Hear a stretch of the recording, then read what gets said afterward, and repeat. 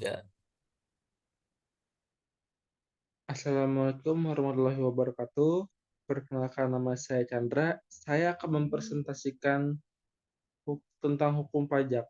Sebelum saya mempresentasikan, saya akan memperkenalkan dulu dosen mata pengampunya, yaitu Bapak Muhammad Rosidi SEMM.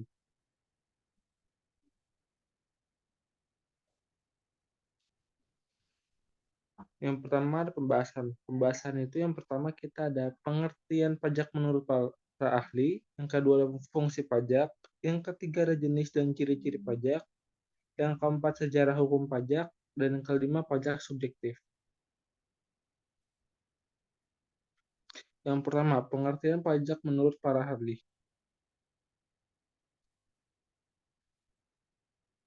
Hukum pajak dikenal dengan istilah hukum fisikal adalah keseluruhan dari peraturan-peraturan yang meliputi wewenang pemerintah untuk mengambil kekayaan seseorang dan menyerahkannya kembali kepada masyarakat dengan melalui kas negara, sehingga ia merupakan bagian dari hukum publik yang mengatur hubungan-hubungan hukum antar negara dan orang-orang atau badan-badan hukum yang berkewajiban membayar pajak atau wajib pajak. Pengertian pajak menurut beberapa ahli. Yang pertama, menurut Profesor Rohmat Suimitro, pajak adalah iuran rakyat kepada kas negara atau peralihan kekayaan dan sektor swasta ke sektor pemerintahan dengan tidak mendapatkan jasa timbal balik atau tidak prestasi yang berlangsung dapat ditunjuk dan digunakan untuk membiayai pengeluaran umum.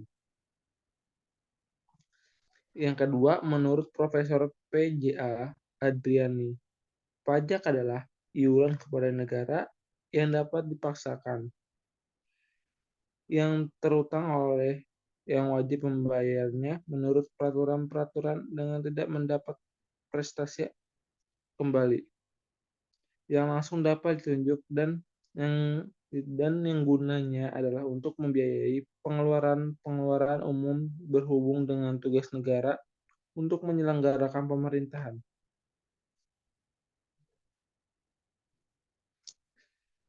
Yang ketiga ada Dr. Suparman Soehamijaja.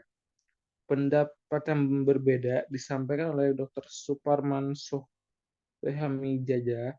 Menurutnya, hukum pajak adalah hukum yang mengatur masalah perpajakan yang akan meringankan biaya produksi barang dan jasa untuk mencapai kesejahteraan umum. Yang keempat ada Hartono Prato. Sementara Hartono Hadisuiprato menyatakan hukum pajak adalah serangkaian peraturan yang mengatur bagaimana pajak dipungut atas keadaan atau peristiwa apa pajak tersebut dikenakan, serta berapa besar atau jumlah pajak yang dikenakan. Dan yang kelima ada Bohari. Pendapat senada juga diutarakan oleh Bohari. Menurut hukum, pajak merupakan kumpulan peraturan perundang-undangan yang mengatur rakyat selaku pihak yang membayar pajak dengan pemerintah selaku pemungut pajak.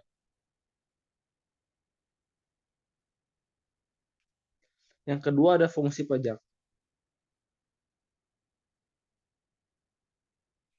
Menurut Mari Muhammad, fungsi pajak di negara berkembang adalah yang pertama, alat instrumen penerimaan negara, yang kedua mendorong investasi, dan yang ketiga ada redistribusi.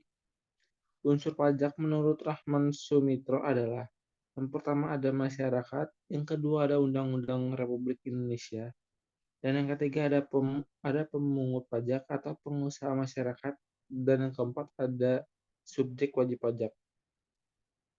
Pajak berfungsi mengatur yang dalam tataran praktisnya dapat dibedakan sebagai berikut.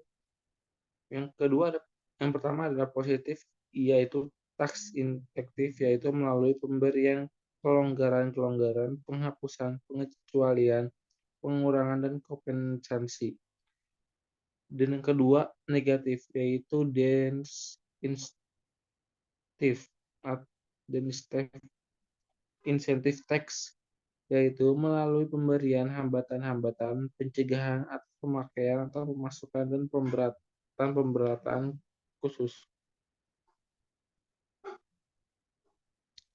Yang ketiga ada jenis dan ciri-ciri pajak.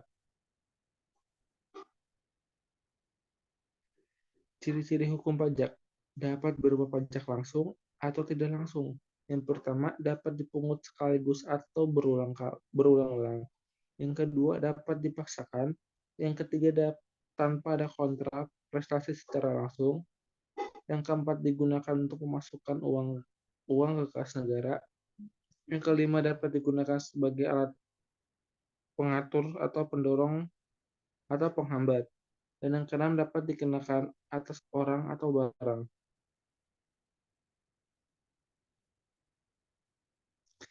Jenis-jenis pajak. Pajak berdasarkan sifatnya yang tertentu dapat dibedakan sebagai berikut. Yang A, pajak atas kekayaan dan pendapatan. Yang B, pajak atas lalu lintas, yaitu lalu lintas hukum, kekayaan, dan barang. Yang C, pajak yang bersifat kebendaan. Yang D, pajak atas pemakaian. Berdasarkan titik tolak pungutannya, Yesir Pudiatmoko, SHM, dalam bukunya Pengantar Hukum Pajak menyampaikan pembedaan pajak dengan menggunakan dasar titik tolak pemungutan ini akan menghasilkan dua jenis pajak, yaitu yang A, pajak subjektif, dan yang B, pajak objektif. Yang keempat, sejarah hukum pajak.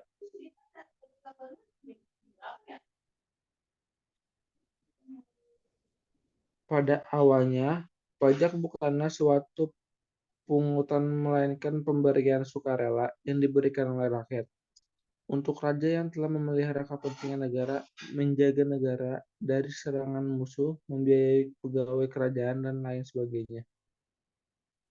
Biasanya, warga negara yang tidak melakukan penyetoran dalam bentuk natura diwajibkan untuk melakukan pekerjaan yang berhubungan dengan kepentingan umum dalam kurun waktu yang ditentukan.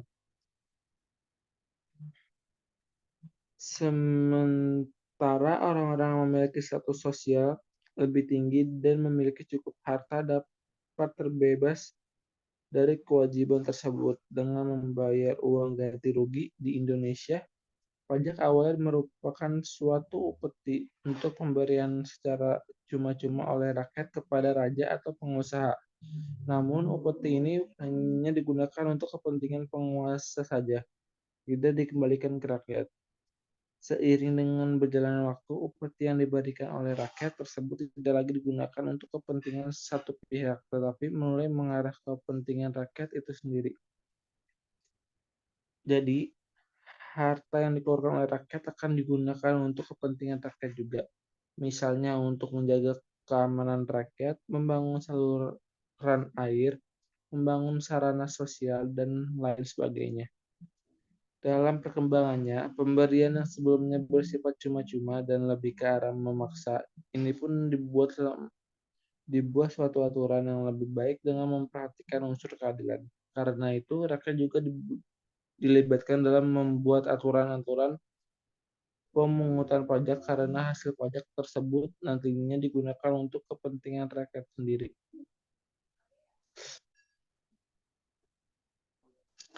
Yang kelima ada subjektif.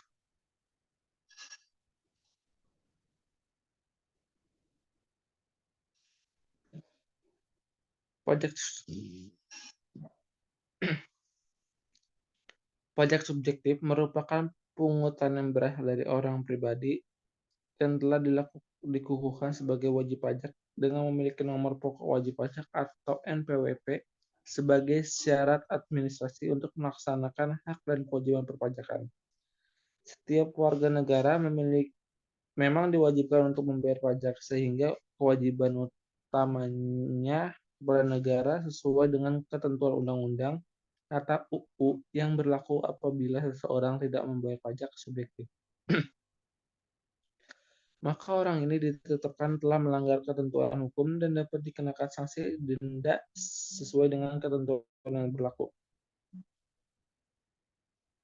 Pajak subjektif ini pada dasarnya fokus pada pengenaan pajak yang memperhatikan pribadi dari wajib pajak subjektif sesuai ketentuan undang-undang. Kemudian menetapkan objek untuk pajaknya. Untuk pajak objektif subjektif ini besarnya jumlah pajak yang terutang dipengaruhi oleh keadaan pribadi dan wajib pajak atau subjektif yang bersangkutan.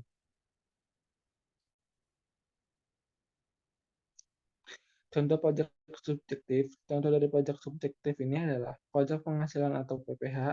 Pajak ini disebut dengan pajak penghasilan atau PPH karena dipungut berdasarkan penghasilan yang diperoleh oleh wajib pajak atau subjektif dalam satu periode tahun pajak.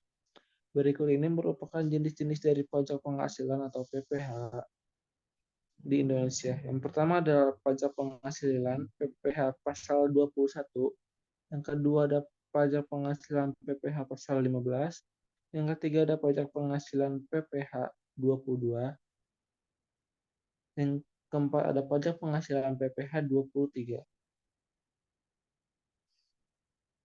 Sekian presentasi dari saya. Apabila ada kesalahan dalam membaca, mohon dimaafkan. Wassalamualaikum warahmatullahi wabarakatuh.